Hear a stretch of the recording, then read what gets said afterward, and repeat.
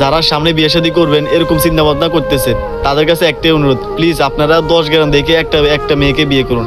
এমন কোনো মেয়েকে বিয়ে করবেন না সৌন্দর্য দেখে, যাতে আপনার 1 মাস না যেতে আপনার সংসারটা ভেঙে যাওয়া লাগে। কারণ ভাই সৌন্দর্যের মধ্যে আছে সবসময় গন্ডগোল ভাই, কারণ এখনকার মেয়েরা বেশিরভাগ ভালো হয় না ভাই।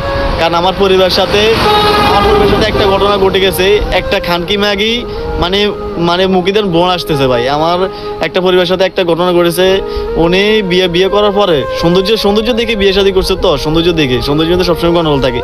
একটা মেয়েকে সৌন্দর্য দেখে বিয়ে শাদী করছে, ওই মেয়েটা 1 মাস না যাইতে স্বামীর ভাত আর খাইবো না, গেছে রমজান ঈদে বিয়ে করছে। তো রমজান ঈদের পরে কোয়ালে কি আর স্বামীর ভাত খাইবো না, আমার কামিনের টাকা দাও। কামিনের টাকা কত হয়েছে? 4 লাখ টাকার মতো।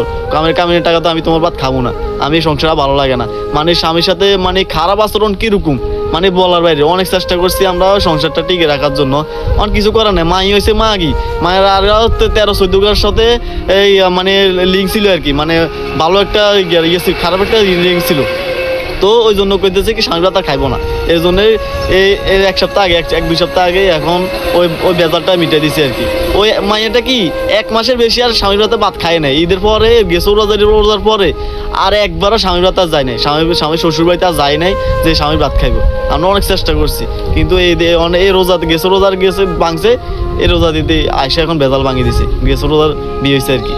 কিন্তু এখন বলতেছি ভাই আপনারা যাচাই বাছাই করে বিয়ে করবেন, উল্টাপাল্টা কোনো খানকি মাগিরে বিয়ে করবেন না, যাচাই বাছাই করে বিয়ে করবেন। বিশেষ করে ভাই যারা অনলাইনে জড়িত, যে মেয়েরা অনলাইনে জড়িত, ওইসব মেয়ে থেকে সবসময় দূরে থাকবেন প্লিজ, আপনাদের কাছে এটাই অনুরোধ।